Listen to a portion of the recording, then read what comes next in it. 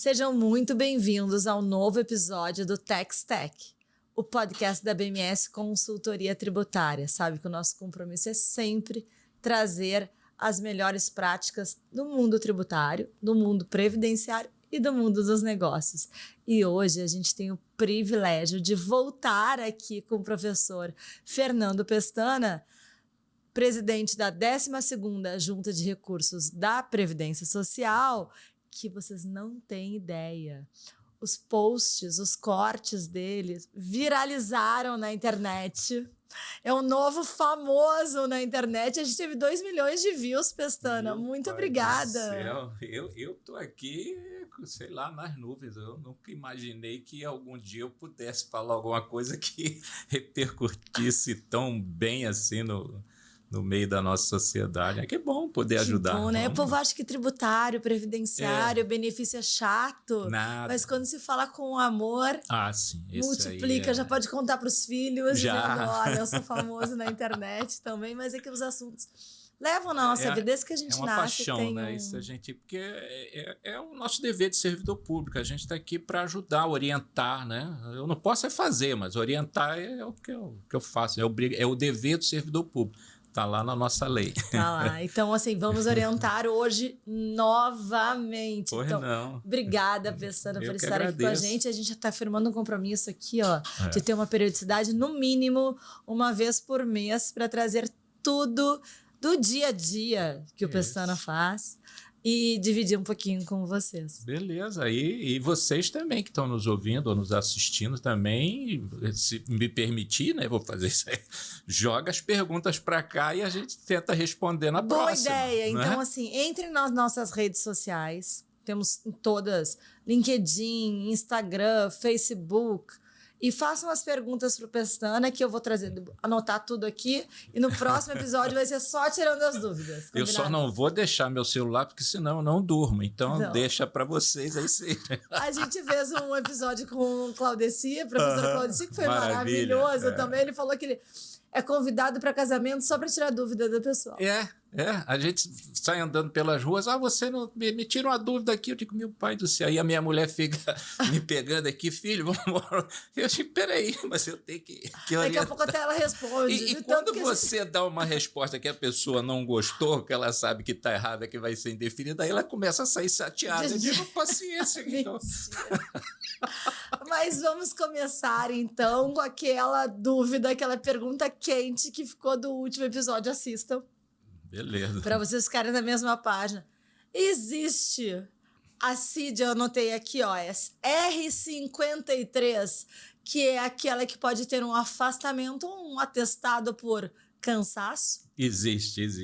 Eu ri até e tal, porque não é comum para nós, até porque depois eu pesquisei, ela não chega a 15 dias, parece-me que até 7, 6, alguma coisa assim. Então não dá o auxílio incapacidade temporária, então não chega a nós. Tem que estar muito cansado. Agora isso pode evoluir. Por isso é que eu sempre bati na tecla. Olha, o pessoal do RH, o pessoal da medicina do trabalho, se o cara ficou cansado nessa situação, o que ele está fazendo para que ele chegue a esse nível? Porque a partir dali, se permanecer, aí pode virar um estresse, do estresse uma estafa, da estafa o tal do burnout, e a gente está no Setembro Amarelo e infelizmente ainda temos vários casos de pessoas querendo passar dessa para melhor, para não usar a palavra. Então o nosso primeiro tema é exatamente esse, pegar o tema do Setembro Amarelo. A gente precisa... Aqui a BMS é uma apaixonada pelo setor de departamento de pessoal, de saúde ocupacional, de recursos humanos, é o nosso ponto de escuta. E a gente vê hoje que as empresas realmente estão muito preocupadas com a saúde mental dos seus colaboradores. Aproveitando que a gente ainda está no Setembro Amarelo, queria que contasse um pouquinho para a gente como é que chega isso em vocês. Eu particularmente, para mim, é um pouco complicado, né? Porque um ser humano querer tirar sua própria vida é um troço que já ultrapassou, acho que o máximo do limite que ele poderia estar vivendo. Agora, das estatísticas que a gente vem acompanhando, quem mais está nessa situação é o pessoal da área médica e de segurança. Porque eu imagino, não consegui viver uma história dessa, é porque eu aprendi a desconstruir para construir no mestrado, né? A gente desconstrói e constrói dentro da questão problema, né? Para a gente discutir isso. Como tem uma área neurológica e psiquiátrica e médica, etc. e tal, fugiu a mim. Mas eu lendo os processos e tratando no dia a dia, a gente vê que, por exemplo, o que passa por uma pessoa de segurança, seja das armas, né? Exército, Marinha Aeronáutica, das polícias, civil, militar, bombeiro, etc. e tal. O sujeito está o tempo todo com uma arma na cintura, sob pressão, né? Não pode descansar um segundo. Não pode ter esse debate, discussão, porque o cara deu uma ordem, você tem que cumprir sem pensar, né? E digamos que ele esteja ao celular atendendo o telefone. Se ele está armado, é o momento que ele toma um tiro de volta, ou sei lá o quê, se ele está num carro forte, ou se ele está defendendo uma empresa, o patrimônio, ou a segurança de alguma autoridade, do presidente de empresa, ou que seja, uma pessoa importante assim. Quer dizer, ele está o tempo todo sob estresse. E aí, não sei, de repente ele até deve ganhar um pouco mais do que a média dos outros, porque anda armado, deve ter algum diferencial para cima. E aí, de qualquer forma, não satisfaz as necessidades dele, da família, etc. e tal. Aí chega um momento que ele deve dar um tilt diferente. Agora, isso não acontece da noite para o dia. Eu não sou médico, mas eu não acredito. É igual não, fazendo analogia com uma pessoa que é alcoólatra, que a gente já teve casos, de vez em quando aparece isso. Quer dizer, o cara não chega a ser alcoólatra da noite para o dia. Isso é um processo que leva anos. Então, como é que, por exemplo, num pátio, né, de uma fábrica, numa esteira de produção, a pessoa chega bêbada e ali faz alguma maluquice, ou dorme no serviço, ou bate com a cabeça, enfim, destrói algum equipamento, etc. e tal. Ué, o líder de equipe não identificou que em algum dia da semana, do mês, do ano passado, ele está sempre aparecendo meio que embriagado, sei lá o quê, bababá. Não retirou o cara e conversou com ele em particular, né? E se for mulher, para sempre aquela questão que a gente tem que ter para não parecer que é assédio, né? Pega uma outra mulher para conversar com ela, ou uma colega de trabalho, ou de outra equipe, enfim. Existem mecanismos que né? Entre os casais não tem discutir a relação, então discute a relação ali, meu irmão, o que está acontecendo contigo, cara? Vamos conversar aqui, o que está pegando e tal, bababá. É porque eu sou carioca, também. A gente fala muita gíria, então desculpa. Tá? E ajudar também para não chegar neste nível. E a gente também sabe, a gente está falando dessas profissões que por muitas vezes têm múltiplos vínculos. Sim. Ele é um policial que faz um bico dali, como segurança dali, e está sempre num nível de estresse e de alerta. Sempre. Tem que estar 100% antenado. Quer dizer, aí acredito eu que ele deve dormir muito pouco ou dorme com sobressaltos. Aí começa no negócio de tomar um comprimido. Para dormir, para acordar. Né, que chama, sei lá, esses antissolítico. Um para dormir, outro para acordar. Isso. Outro pra... Que é o que acontece nos desastres de trânsito. E aí... sempre fazendo um paralelo, né? Estatisticamente, a gente tem 52 mil mortes no trânsito, sem contar aquelas que a pessoa morreu a caminho do hospital. 52 mil mortes por ano no trânsito no Brasil é mais do que a guerra da Ucrânia com a Rússia. É mais do que está acontecendo lá na Palestina. A gente não, porque eu estou fora dessa. Estamos aqui. Mas de 2009 a 2019 foram quase 400 mil mortes de acidente de trânsito. Maiores que muitos países. Eu não tenho de 2019 a 2024, mas você vai acompanhando nesse nível. Fora isso, você tem mais ou menos no mesmo nível, acho que é 59 mil ou 56 mil assassinatos ano. Olha que loucura. E isso entre pessoas de 15 a 29 anos, a sua maioria. E problemas cardíacos também. Sim. Aí esse é bem menos. por incrível que pareça. Aí a gente já chegou a 111 mil pessoas que se perde, 111 mil brasileiros e deixa a pensão por morte quando contribui para a Previdência, etc. e tal. Isso dá um desencaixe danado. A gente tem 57 mil mortes por ano de câncer de intestino, de reto, da parte do aparelho digestivo, por consumo de comida ultraprocessada, que é salsicha, salame, sorvete, biscoito, aqueles snakes, sei lá como é que chama aquilo e tal, bababá. Como segundo os médicos, e também tem que dar graças a Deus à minha mulher, que sempre perturbou o meu juízo, nós temos que ir ao médico, senão também eu não iria. Mas sempre que ela vai, ela marca para mim. Eu digo, peraí, mas é você que você tem que ir comigo. As mulheres se cuidam melhor. Difícil de encontrar um viúvo. Mais fácil encontrar viúvas. Exatamente. Até porque, biologicamente, a mulher vive 20% mais tempo do que o homem. Por quê? Se cuida melhor. Exatamente. E aí, nessa, os médicos têm dito, você é um dos poucos homens que vem sempre ao consultório e a gente está receitando e está passando os exames, você tem feito, etc. e tal. Então, numa dessas, lá atrás, há 12 anos atrás, mais ou menos, identificou-se que eu estava começando a ter um câncer de bexiga. Olha, se eu não vou ao médico para fazer aquela ultrassonografia do abdômen, etc. e tal. E não fez rádio, não fez nada, porque tirou no nascedouro. E a partir dali fui fazendo os exames e tenho que fazer o resto da minha vida. Ora, e aí eu tive que me cuidar com a alimentação, diminuir o meu estresse, porque eu tive estafa.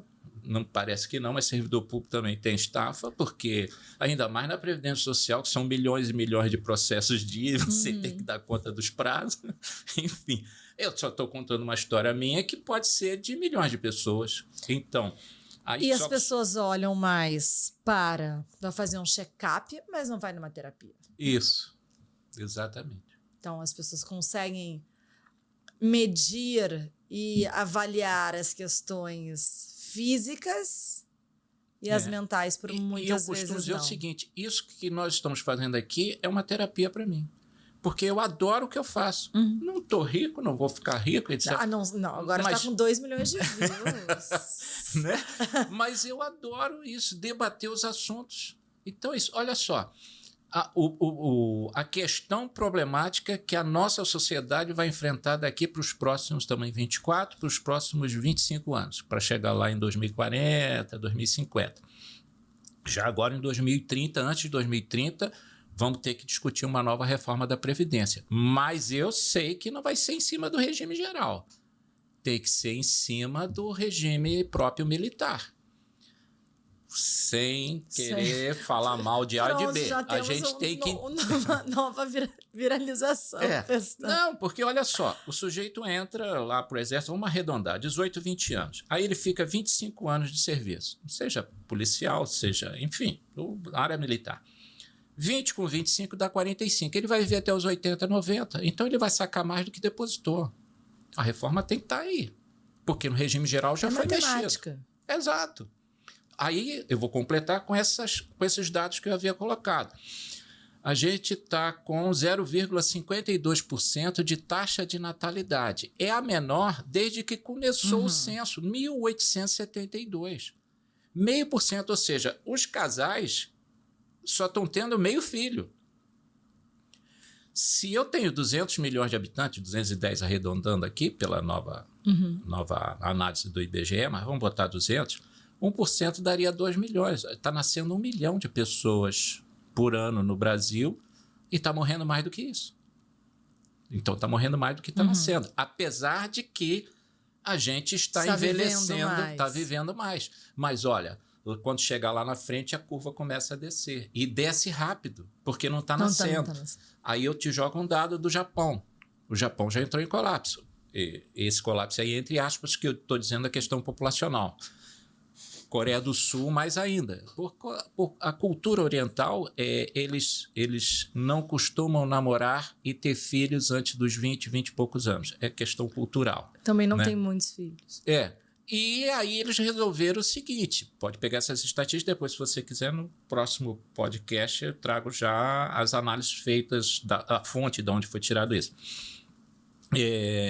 Eles não estão nem namorando e nem indo à festa e muito menos casando. Isso criou um problemão. Porque eles têm agora um incentivo para ter filhos e não querem. A China tem um problema enorme, imenso. Eles têm 300 milhões de aposentados. Nós somos 200 milhões de habitantes. Imagina.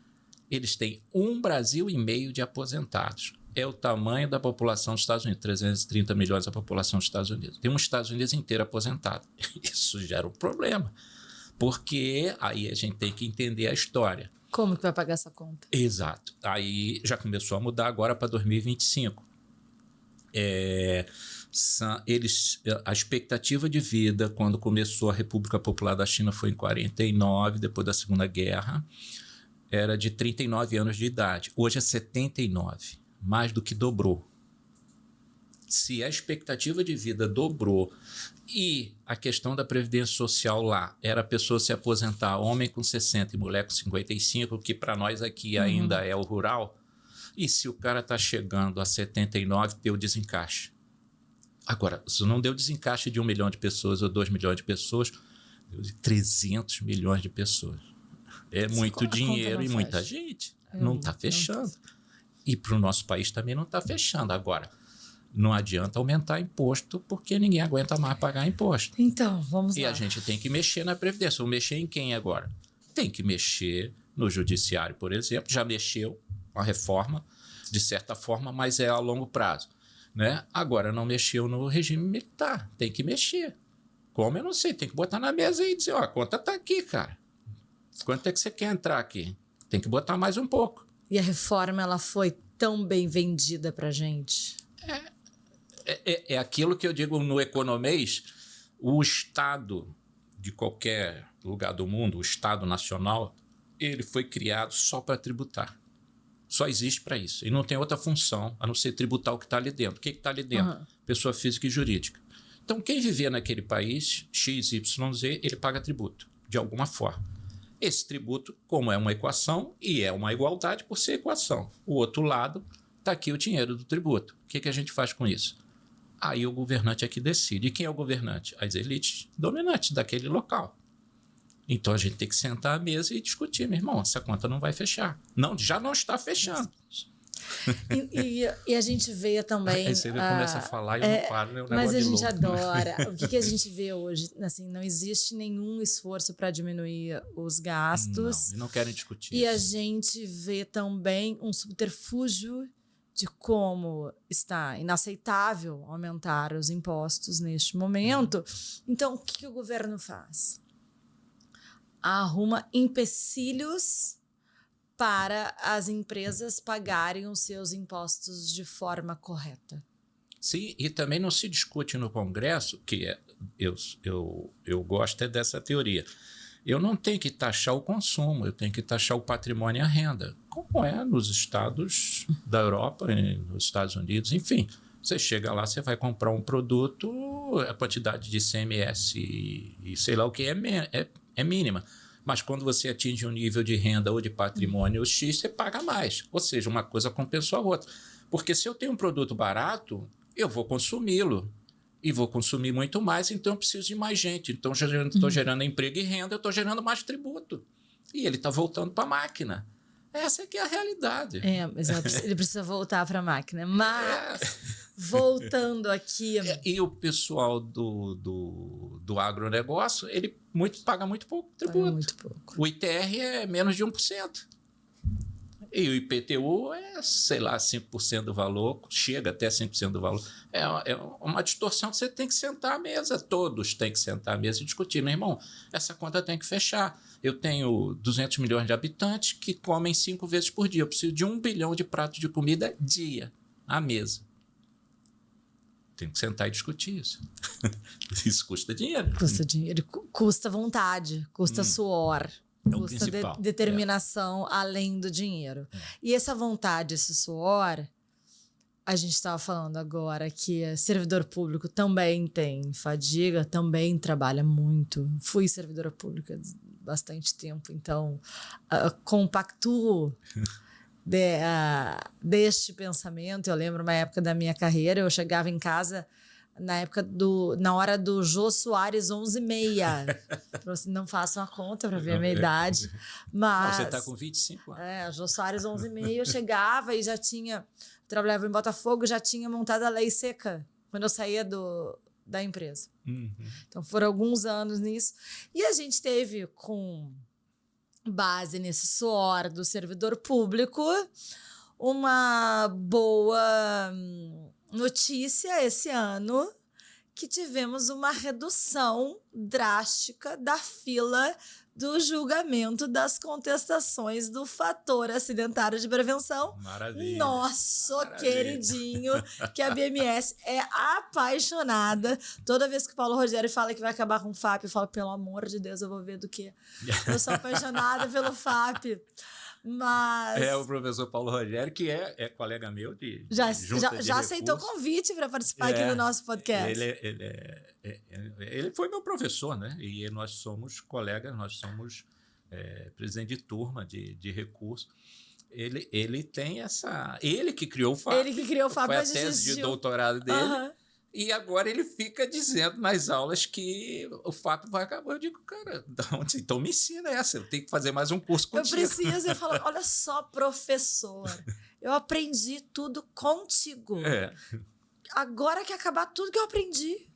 Aí desconstrói de novo. Pelo amor de Deus, e eu fico defendendo os argumentos dele para ele. Salvo se, e aí eu posso estar completamente equivocado e errado, se eu tiro o FAP, a empresa entra com o quê? Ela tem que entrar com algum delta X aí de tributo para compensar. É isso? Isso. Ele vai contar pra gente nesse episódio. Então, eu tenho que ir lá... E me chame, porque eu quero ficar de ouvinte. Ele vai contar pra gente. Existe o pagamento dessa conta, a conta é diferente. A equação é diferente. Mas... Depois que a gente aprende tudo... Aí depois que a gente vira expert no FAP, agora mudou tudo. Mas vocês fizeram, né? A gente tem aqui... O ano passado, até esse ano, eu acho. No começo do ano, a gente recuperou um FAP de 2012 para um grande atacadista do Brasil. Lembra que eu falei que esse governo que entrou, esse novo governo, ele entrou e aí recriou os ministérios que deveriam criar, ou seja, eu estou segmentando uma empresa. A empresa é a União, segmentando. Não adianta eu concentrar tudo que é ministério num só, que não funciona. Você fica soberbado e fica batendo cabeça. Então, segmentou e diz, bom, aqui é Previdência Social. O que tem aqui dentro? Eu tenho um pessoal do FAP aqui. Falou, então, cria uma junta específica, só julga isso, cara. Porque tinha era uma bagagem de processo parado. E isso são milhões, acho que dá bilhão, né? Na conta das empresas é prejuízo de bilhão. E né? O que acontece, professor?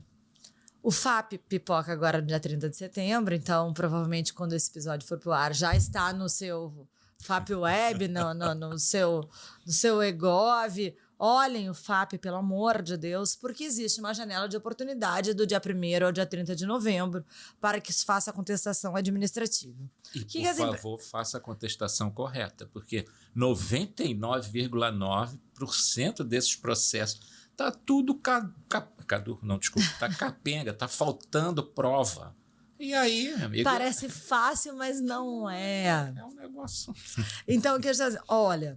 Por mais coitado das empresas. As empresas iam lá, pegavam o seu time, dizendo, olha, isso aqui é um acidente de trajeto, não deve compor o FAP, esse colaborador sequer trabalha com a gente, esse acidente foi em outra empresa. Isso. E colocavam seus argumentos ali naquele período entre 1º e 30 de novembro, sentavam, esperavam, e sai uma linhazinha no Diário Oficial da União, não tem nenhum colaborador para que olhe. Por vezes, usavam o benefício de pagar o FAP neutro, o FAP 1. Era divulgado no Diário Oficial da União, ninguém sabia. Tem 30 dias se usou o FAP neutro, tem 30 dias para pagar, não pagava multa e juros. Acabou. Então, pelo amor de Deus. Por mais que a gente tenha visto hoje uma aceleração, ou seja, depois de se fazer a contestação do FAP, hoje o julgamento é muito rápido, graças ao trabalho de vocês, mas mesmo assim, professor Pestana, o índice de indeferimento total ainda é muito alto. E eu acredito que vai continuar enquanto as empresas não entenderem que tem que botar a pessoa certa no lugar certo. Não é porque eu sou advogado que eu entendo não tem essa questão. A questão é matemática, porque é fator previdenciário, é o índice de gravidade, custo e frequência. Então, este advogado ele precisa entender quantos afastados tem naquela empresa, tem que começar a fazer conta antes de chegar o mês de setembro, que é quando vem o índice. Eu tenho que saber no mercado as minhas co-irmãs, então vou usar aqui o exemplo da indústria da construção civil, então tem que pegar as outras construtoras e ver quantos acidentes de trabalho eles estão tendo, quantos afastamentos eles estão tendo e tal, quantos estão adoecendo, e eu tenho que, antes de contratar, você vê que eu estou desconstruindo. Antes de contratar, eu tenho que saber se esse pedreiro já tem uma hérnia de disco. Como é que eu contrato um pedreiro com hérnia de disco? É porque eu não fiz o exame admissional correto. Então, começa lá na nascente. Como que eu abro um comunicado de acidente do trabalho com um colaborador de férias? Normalmente, ele está, e aí você vai dizer, meu irmão, isso aqui não vai ser. E você já entra com a prova. Já pegamos casos assim, aqui no benefício, que vai ser o NETEP, que lá na junta específica para a FAP vai ser a questão tributária, vamos chamar assim. Então, no benefício, o cara está de férias. Como é que é acidente de trabalho? Pergunta, eu estou julgando. Esse cara trabalhou de férias, ele está trabalhando, que doideira é essa? A gente sabe que em alguns casos isso acontece. Tudo é questão da prova. Cadê as anamneses? Cadê os ASOs? São 5 tipos de ASO, né?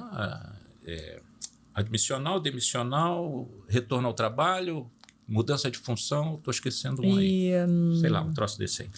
Para não perder tempo. De vez em quando dá tilt na cabeça. Você tem que ter isso no seu pastinha de cada um eletronicamente, que agora tudo é digital. Então você tem essas informações. A medicina do trabalho tem que estar direto em cima disso. O ambiente de trabalho dessa empresa está sendo salubre ou insalubre? Perigoso ou não perigoso? O que eu estou fazendo aqui para mitigar esses efeitos?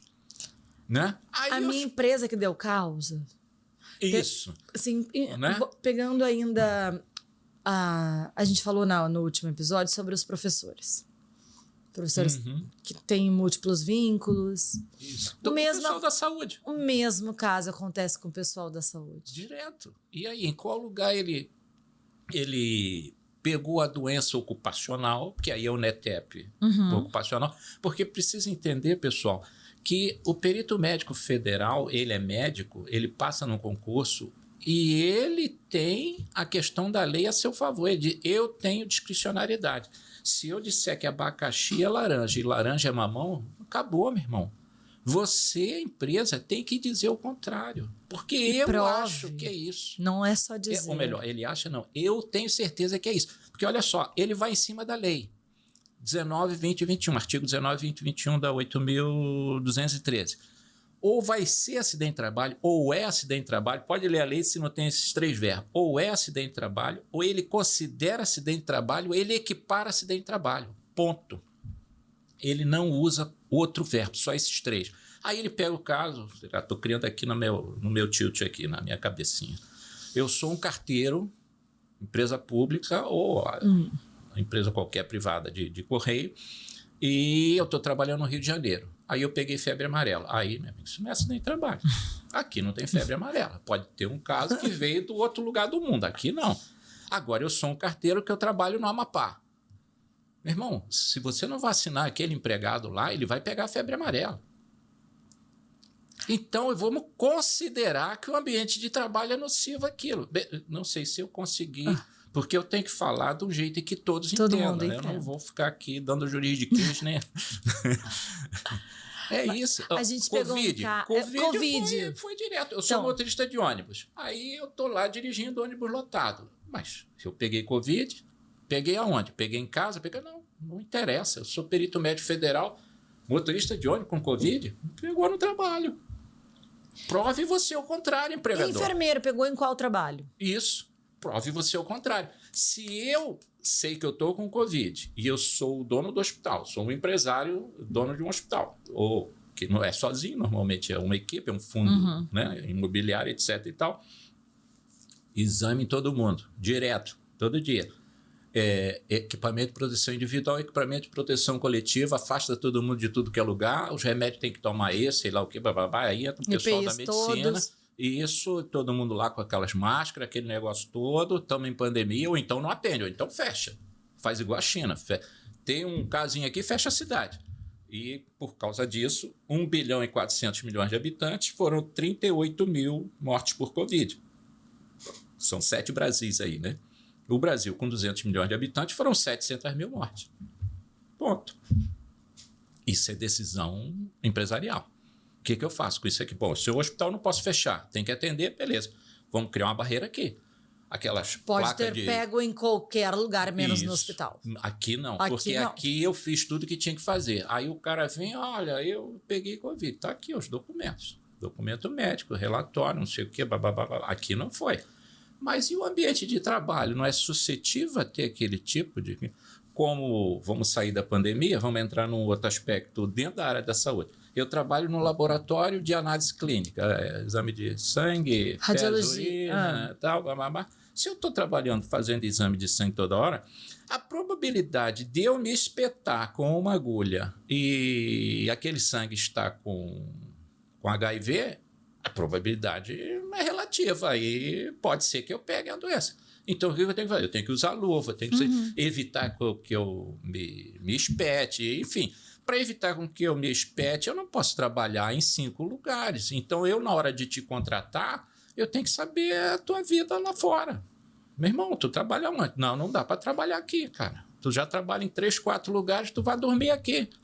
Porque é 4 horas aqui, 3 horas ali, 5 horas lá, sai daqui, vai para cá. Aí vem o estresse, vem o burnout. Não, porque aqui eu ganho pouco, mas eu somando os poucos, dá um dinheiro suficiente, mas chega um momento que tu deu tilt. Vai dormindo de plantão em plantão.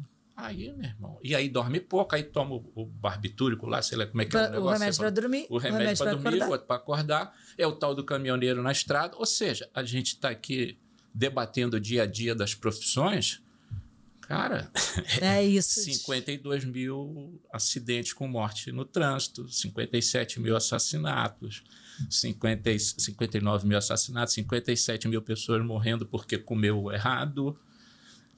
E as mulheres, 800 mil abortos por ano no Brasil, dos quais 200 mil depois vão ao SUS para tentar reparar alguma coisa que saiu errado, porque resolveram dizer que aborto é proibido.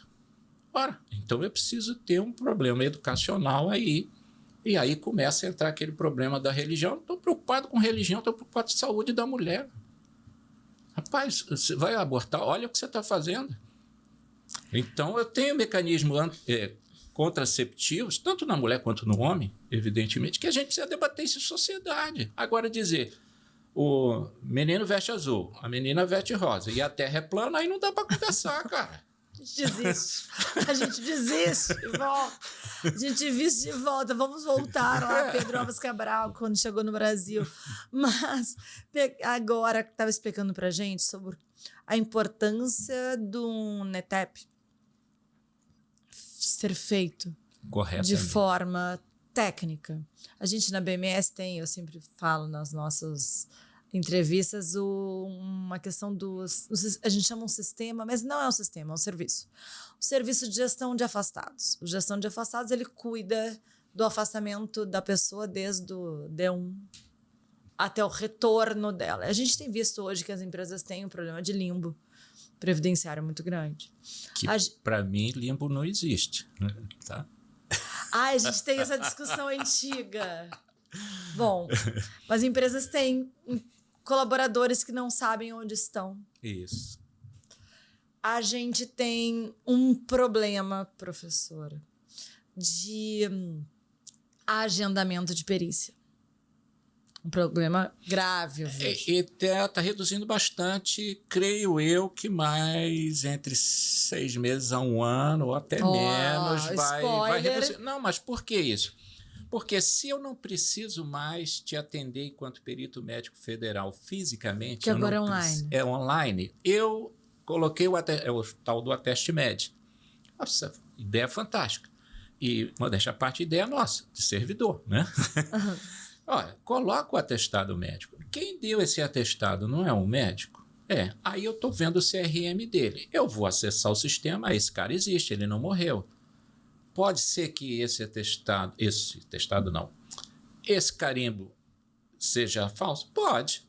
Mas e aí eu sou uma seguradora, eu tenho que entubar, por isso eu investigo.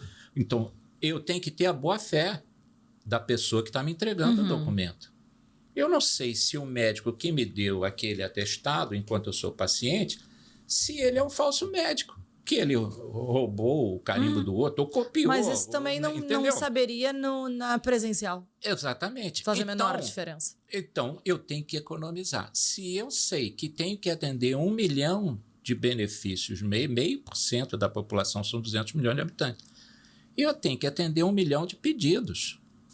Não tem servidor público que aguente isso. Tem que ter inteligência artificial. Então, eu passo por cima dessa etapa, está aqui, durante 30 dias, está dado o seu problema. Enquanto isso, eu vou investigar aquilo.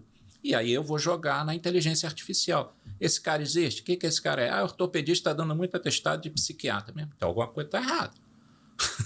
Mas, ou seja, o sistema vai pegar. Mas, Pestana, vou voltar um pouquinho. A gente não tinha, até então... Umas sequer... Não, a gente não estamos falando do agendamento, a gente sequer uma ouvidoria. Não um tinha. Lugar onde as pessoas pudessem fazer os seus questionamentos. E a pessoa, a princípio, quando precisou se afastar, ela está com um problema. Isso. Além de ter o problema de saúde, ela tem um problema de falta de informação de como proceder para realizar esse agendamento. Então, a gente trabalha para as maiores empresas do Brasil, eles terceirizam essa parte do departamento. Que bom, né? Porque senão ele teria que ter um outro RH tão grande quanto o RH que ele tem. E é isso que acontece com a maioria delas. Vocês é um RH de alto nível, vamos chamar assim, para dizer, eu vou corrigir essas maluquices do dia a dia de vocês. Entrega pra gente aquilo que a gente sabe fazer com perfeição. E me chame como professor, por favor, que é a única coisa que eu posso fazer. E se concentre nas atividades do seu dia a dia. Porque isso a gente sabe fazer, a gente garante, a gente vai atender. Então, a gente faz os agendamentos para os colaboradores e que a gente vê cidades do Brasil inteiro. A gente trabalha com empresas com presenças nacionais. E ainda vê uma certa dificuldade, mesmo assim, nos agendamentos. Então, imagine para uma pessoa que está afastada, não sabe para quem procurar.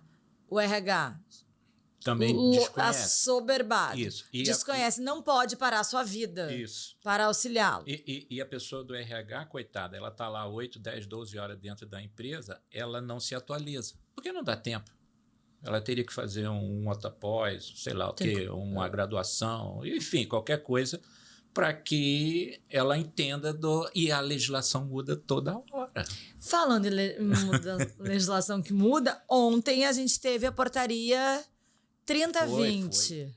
Para mudar o fluxo de pedido de defesa oral, que outro ganho de escala para nós da Previdência Social. Porque o que acontecia?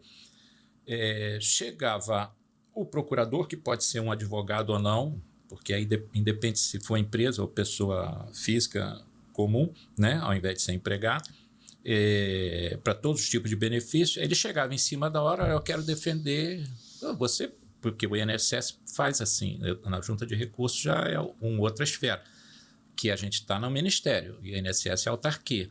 Aí você chega lá, eu estou defendendo aqui a minha vizinha, que eu estou dando entrada nesse benefício, qualquer um que seja, em cima da hora.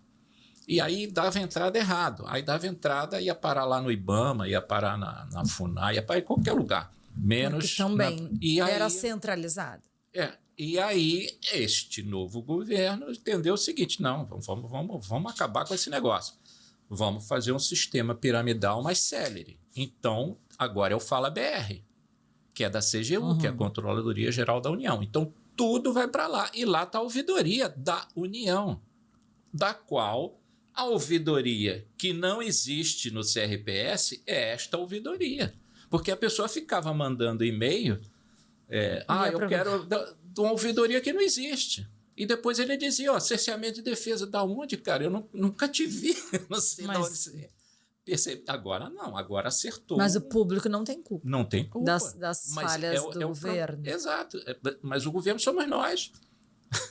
Então, assim, mas o beneficiário... A gente tem que gerenciar isso. Então, assim, a gente tem visto diversas iniciativas para acelerar todos os processos. Porque temos que cumprir a lei, que é 45 dias. Eu tenho que te dar uma resposta em 45 dias. Muitos mandados de segurança? Reduziu bastante. Reduziu bastante porque o próprio judiciário entendeu. Olha, eu estou criando uma fila paralela, porque são 1 milhão de pedidos de benefício, não tem tantos mil servidores para fazer isso, né? E esse troço só está avolumando. Só tem uma saída, inteligência artificial. O próprio judiciário está usando a inteligência artificial. Ainda bem que o robô não está fazendo sentença, mas ele já dá mastigado e a sua excelência vai lá, altera aqui. Duvido! Eu não vou me meter nessa. Assim, vamos botar aqui, ó. Não se pode falar em bets. Mas assim, vamos combinar um almoço. Duvido. A gente tem visto essas ações de consumo saindo com sentenças. Que loucura. Mas olha só também, professora Pestana, as iniciais também. Os grandes escritórios de advocacia que fazem ações em massa, a inteligência artificial já está aí há muito tempo. E aí dentro do NETEP... E essa é a pergunta que eu ia te fazer. Na defesa do NETEP... Fazem cada coisa do arco da velha, aí mistura... Vê muita... Tudo furado. Um modelo padrão de defesa? Padrão não vai ter, porque cada caso é um caso. Vamos usar a Constituição, sem profundidade? Eles fazem desse sentido, é isso que eu queria dizer. Porque a matéria em si, previdenciária, ela não é ensinada na faculdade. É a gente que aprende no dia a dia lá dentro da Previdência. O que é um erro. A gente tem que passar isso para a sociedade desde que a pessoa é criança. Mas vamos lá. Aí o cara se formou em Direito, chega lá, não, eu vou defender. Aí ele pega aquilo, bota aqui o artigo 5º da Constituição, tem direito à ampla defesa, contraditório, a Lei 9784/99, Lei dos Atos Administrativos. Isso não me interessa. Já sei, eu tenho conhecimento. Eu passei nesse concurso. Eu estudei para passar nesse concurso e essa matéria já estava lá. O que me interessa é o seguinte, se eu sou o empregador, o empresário, eu digo o seguinte, o advogado, você vai pegar o perito médico aí, o médico do trabalho, ele vai te municiar dos documentos que lá estão dizendo que eu estou errado. Eu é que tenho que provar, o ônus da prova é meu, como empregador. Aí eu pego todo aquele processo médico e entrego para o advogado, que é o plano de controle médico, o programa de controle médico de saúde ocupacional. Eu estou provando para a autarquia que o meu ambiente de trabalho não é nocivo, não é, ou se eu tenho os meios mitigados, os documentos têm que estar ali dentro. As anamneses do empregado, desde o dia que ele entrou até o dia que ele saiu, ou ainda está em curso. Enfim, aí eu tenho laudos médicos, os exames, tudo. Estou botando ali. Eu digo, e em cima disso você faz as perguntas, que é o chamado quesitação. Aí eu vou quesitar. Seu perito médico, você fez isso, você fez aquilo, você fez aquilo lá, olha o documento aqui, olha de onde você tirou essa informação dizendo que acidente de trabalho, considera acidente de trabalho ou equipara acidente de trabalho. Eu estou dizendo que não é uma coisa nem outra. Está aqui os documentos para você confrontar. Eu duvido que o perito médico federal não vai olhar isso.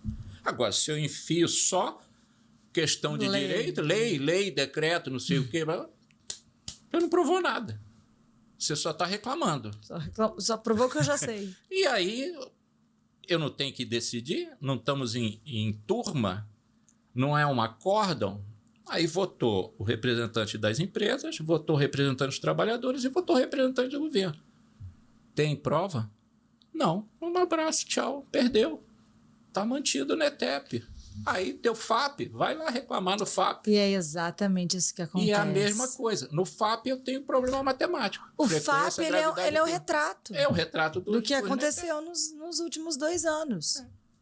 Então, você não cuidou lá... Da inicial, lá no início. Lá no início. Por isso é que eu falo que o RH, só como RH, ele hoje não funciona mais. Ele precisa das empresas especializadas, com know-how, com expertise que vocês têm para chegar e dizer, ó, deixa que eu faça esse trabalho para você. Aquilo que eu brinco em sala de aula. Entre a cadeira e o teclado, tem uma pessoa que ele vai errar, porque nós somos humanos. Aí eu tenho que entrar com vocês para dizer, opa, não clica nesse tecla não, clica naquela ali, porque aqui vai dar zebra. Quase que eu falo um palavrão. Foi por pouco, conseguimos. E aí vocês vão prestar um serviço de técnico, excelência. Especializado naquilo. Exato. E aqui aí a empresa, porque essa brincadeirinha, vamos pegar uma folha de 100 milhões de reais, eu saio de um FAP de 3 para 6, que aumentou 100%, é 3 milhões mês, 26 meses, porque entra o 13º, não é isso? 72 milhões de reais. Estou falando de uma folha de 100 milhões, que não é uma folha grande, é uma folha grande para uma padaria. Vamos ter que aumentar um pouquinho o valor da cobrança do nosso gestor de afastados. Porque o benefício é muito grande. E a empresa jogando dinheiro fora, porque não tem outra expressão a dizer, vocês estão jogando dinheiro fora. E o mesmo acontece no FAP. Isso. Não é só a Unitep. Porque o mesmo acontece no FAP. A gente vê muitas empresas vêm nos buscar para fazer o recurso, segunda instância do FAP. Ou seja, o leite já derramou. Como que eu vou fazer milagre? Não dá. A questão probatória já teve aquele momento de ser colocado, apesar da gente reconstruir aquelas informações. Aí vocês, com o cabedal de conhecimentos que vocês têm e a técnica, vocês vão dizer que, olha, aqui houve um erro da administração, seja do perito médico federal ou do servidor da autarquia. Ou do sistema de captação de dados. Aqui há um erro e eu identifiquei o erro. Prova, meu filho. Você tem que provar. E não basta só argumentos agora, quando a gente vai começar essa loucura da contestação do FAP.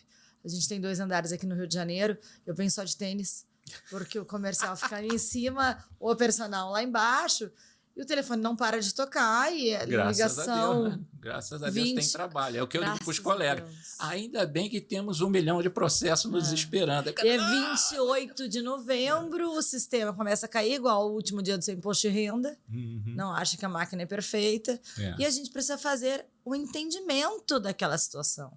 A gente não contesta aquilo que não tem chance de ser contestável. E começou aonde? No auxílio incapacidade. Começou lá atrás.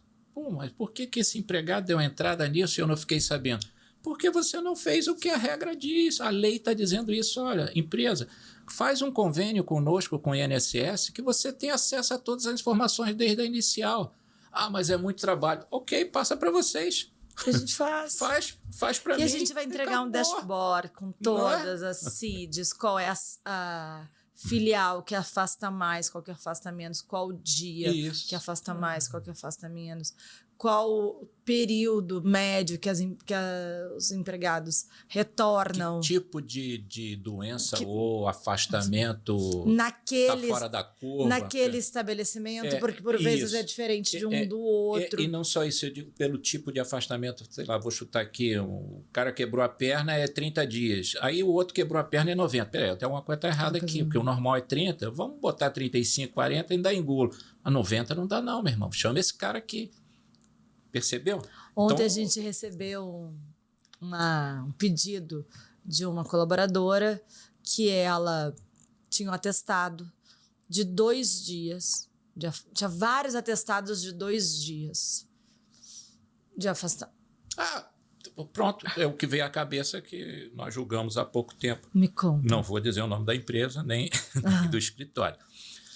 O empregado da empresa, grande empresa, grandíssima empresa, não sei se grandíssima caberia aí, mas tudo bem, vamos lá.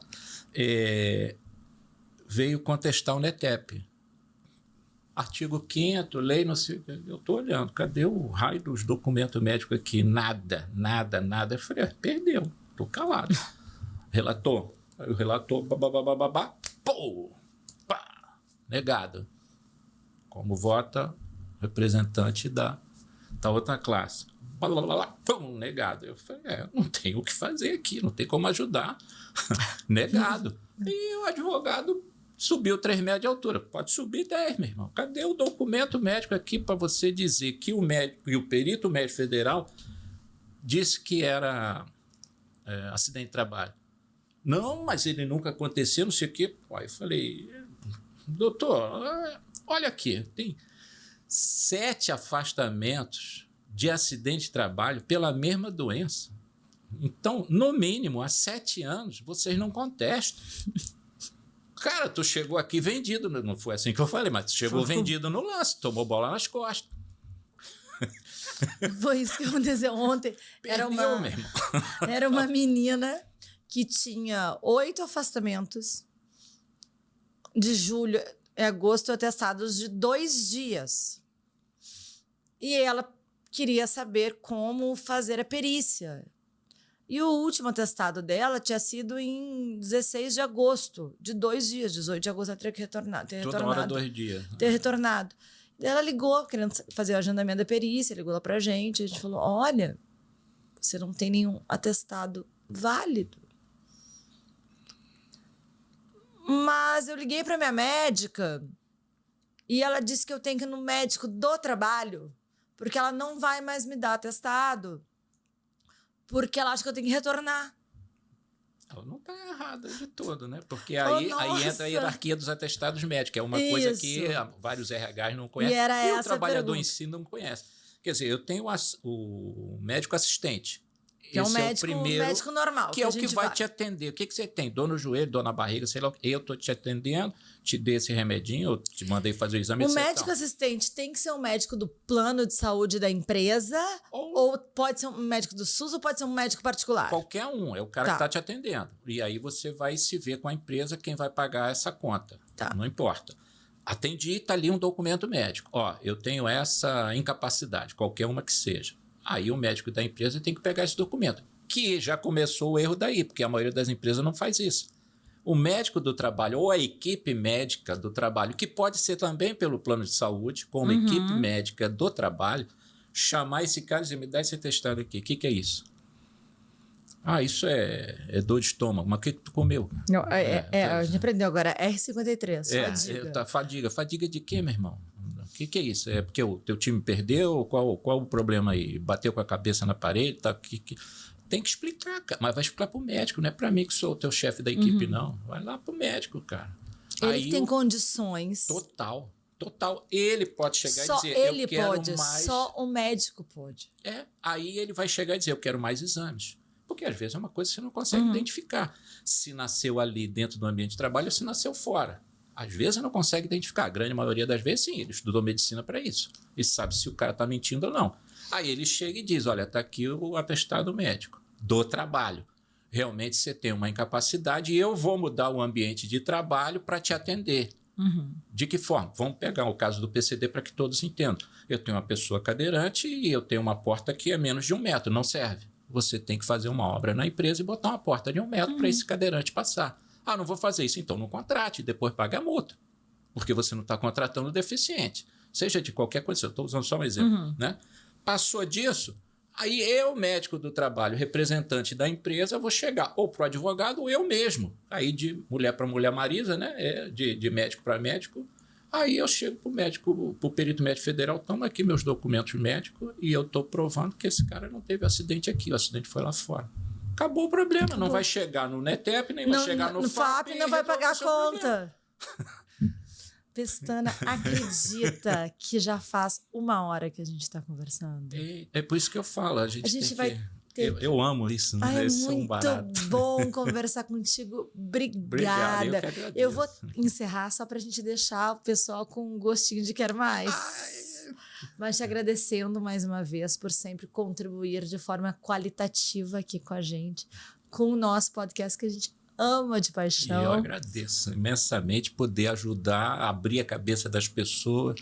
Tem um mundo aí pra gente desbravar e ajudar todo mundo a resolver. O assunto não esgota, tem que entender. não esgota. Porque a gente fala de gente. A gente fala de problema de gente. Isso. E a BMS tem, por sua cultura, DNA, uma escuta muito ativa. Então, a gente está sempre trazendo novas soluções para tirar aquela peso, aquela dor, aquele retrabalho das equipes técnicas das empresas, né? Nós somos uma consultoria tributária, trabalhamos exclusivamente para empresas, não trabalhamos para pessoas físicas, mas as pessoas que formam as empresas. Isso. Não tem CNPJ sem CPF. Não existe. Né? Então, estamos aqui. Obrigada. Queria te agradecer. Queria agradecer a vocês também que ficaram com a gente até agora. Não percam. Tem o outro episódio do Pestana, está imperdível também, maravilhoso. Estaremos aqui sempre com ele, o menor tempo possível. Não deixem de colocar na sineta, compartilhar, assinar. Então, estamos em todas as redes sociais, Facebook, Instagram, TikTok. Tudo. E fazer as perguntas para o próximo episódio. E fazer as perguntas é o nosso compromisso aqui firmado com vocês, que o próximo episódio vai ser só respondendo as perguntas de vocês. E podem fazer aquelas perguntas que tem muita curiosidade que só ele pode responder. E um adendo, se eu não souber responder na hora... Aí eu vou pesquisar para depois responder então, no outro. Outro. Porque isso é ótimo na minha cabeça. É o que a gente ama eu adoro fazer. isso. Obrigada, Pestana. Muito obrigada. Até a próxima.